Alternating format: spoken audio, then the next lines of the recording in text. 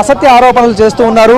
తన భార్య పేరుతో పాటు తన చిన్న పాప 7 నెలల చిన్న పాప పేరును కూడా కంప్లైంట్ లో ప్రస్తావిస్తూ ఉన్నారు. ఇది చాలా బాధ కలిగించేటటువంటి ఫ్యామిలీ వివాదంలో హై డ్రామా కొనసాగుతోంది. ఒకవైపు మంచు మనోజ్ డీజీపీ కార్యాలయానికి వెళ్లి ఫిర్యాదు చేశారు. మరోవైపు మంచు మోహన్ బాబు ఇంటికి పోలీసులు వెళ్లారు. మనోజ్ సామాగ్రిని తరలించేందుకు వాహనాలను సిద్ధం చేశారు.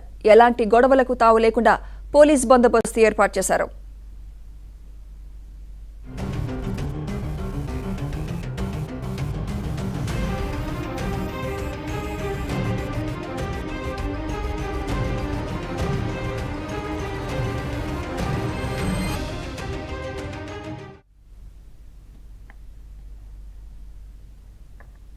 ఇదే అంశంపై లేటెస్ట్ అప్డేట్స్ మా ప్రతినిధి ప్రవీణ్ అందిస్తారు. ప్రవీణ్, కొద్ది నిమిషాల క్రితమే మంచు మనోజు డీజీని అంటే ఇంటెలిజెన్స్ డీజీతో పాటు డీజీపీని కూడా కలవడం జరిగింది, ఫిర్యాదు చేయడం జరిగింది. తనకు భద్రత కల్పించాలంటూ కూడా ప్రధానంగా డిమాండ్ చేసినటువంటి పరిస్థితి ప్రస్తుతం మనం చూస్తున్నాం.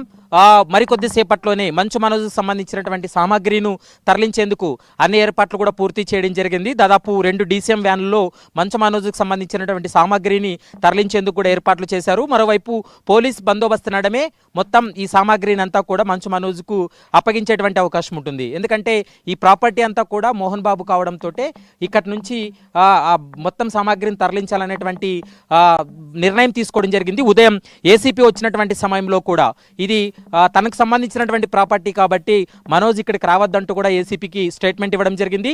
మరోవైపు ఈ కేసుకు సంబంధించి 2 FIRలు అయ్యాయి కాబట్టి ఒకే దగ్గర వీళ్ళు ఉంటే ఖచ్చితంగా గొడవలు తలెత్తేటువంటి అవకాశం ఉంటుంది కాబట్టి దాన్ని దృష్టిలో పెట్టుకుని పోలీసులు కూడా మంచు మనోజ్ను ఇటువైపు రాకుండా ఉండాలంటూ కూడా ఇప్పటికే మనోజ్ కూడా కమ్యూనికేట్ చేసినటువంటి పరిస్థితి కూడా కనపడుతుంది. ఉదయం నుంచి పోలీస్ బందోబస్తు నడమ ప్రస్తుతం మనం చూస్తున్నటువంటి మోహన్ బాబు ఇంటి వద్ద పోలీసుల బందోబస్తు కొనసాగుతున్నటువంటి పరిస్థితి కనపడుతుంది. మనం చూడొచ్చు ఇప్పటికే పెట్రోలింగ్ వెహికల్స్తో పాటు మరికొన్ని పోలీస్ వాహనాలు కూడా ఇప్పటికి చేరుకోవడం జరిగింది.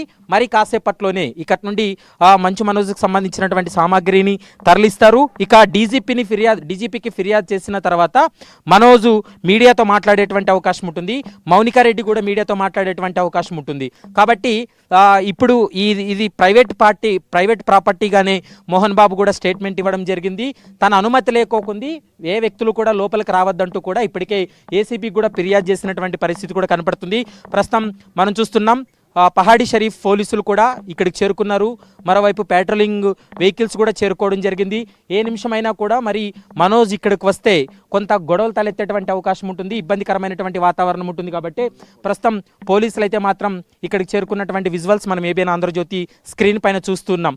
కాబట్టి మరి కాసేపట్లోనే ఇవన్నీ కూడా తరలించేటువంటి అవకాశం అయితే కనపడుతుంది. ప్రస్తుతం మంచు మోహన్ బాబుతో పాటు మరోవైపు విష్ణు కూడా కొద్ది నిమిషాల క్రితమే భేటీ అయ్యారు. ఆదివారం రోజు జరిగినటువంటి సంఘటనకు సంబంధించి కూడా పూర్తి స్థాయిలో వారిద్దరు కూడా చర్చించడం జరిగింది. మరోవైపు ఏసీపీ కావచ్చు, పహాడీ షరీఫ్ ఇన్స్పెక్టర్ ఇక్కడికి వచ్చినటువంటి సమయంలో కూడా వారి స్టేట్మెంట్ రికార్డ్ చేశారు. ఎందుకంటే మోహన్ బాబు ఇచ్చినటువంటి కంప్లైంట్ పైన కూడా ప్రస్తుతం పోలీసులు కేసు నమోదు చేశారు. మరోవైపు మనోజ్ ఇచ్చినటువంటి కంప్లైంట్ పైన కూడా పోలీసులు కేసు నమోదు చేయడం జరిగింది. కాబట్టి ఈ 2 కేసులకు సంబంధించి దాదాపు గంట పాటు విచారణ జరిపిన తర్వాత